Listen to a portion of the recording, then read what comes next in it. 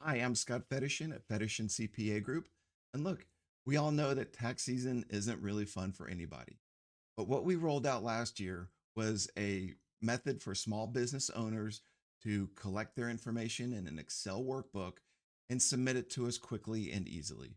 For those of you that did it last year, we really appreciate it. It worked fantastic, and you received all kinds of benefits that we outlined in the email. This year, we added a few more features I'm going to go through. And for those of you that might be new to the program, added some video content to walk you right through it. And that's what we're going to do today. So you're going to get an email that looks something like what you see behind me. And all you're going to want to do is download that Excel file.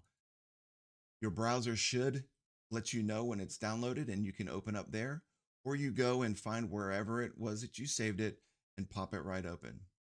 When you open it up, you'll probably get a warning at the top where that you can see it says enable editing. You want to go ahead and select that so that you can save your data and take time to read through the instructions. These are fairly important.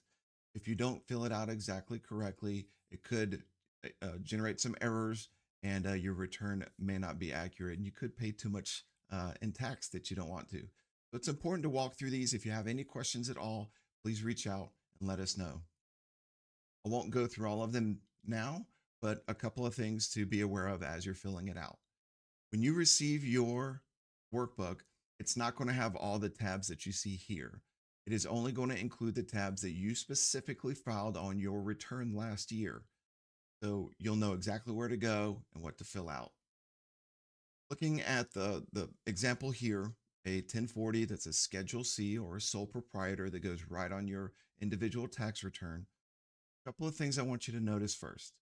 So the workbook has been locked down so that the only cells you can click on are the blue cells. That is the only place that you can enter information. It will only accept dollar figures, and you don't necessarily need to use decimals to save some time. Just put in whole numbers as you work through it.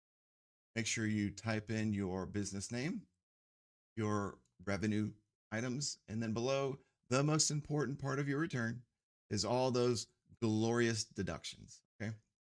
Now, as you're working through the deductions, one thing that I do want to point out are these areas that you might see something highlighted in blue, like the vehicle expenses here, the mileage at the bottom here, and on every page are the assets purchased.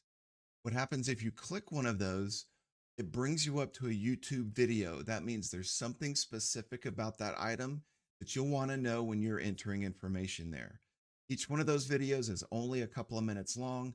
So if you have an expense that goes in one of those cells, please click that link to make sure that you're understanding and entering that information correctly. Also at the bottom, new this year, a really large section for any, additional information that you want to put in, notes, anything you want to convey to your tax preparer. So as you work through this, make sure you double check your numbers. It's completely accurate and you're ready to submit. Put it in your Smart Vault folder.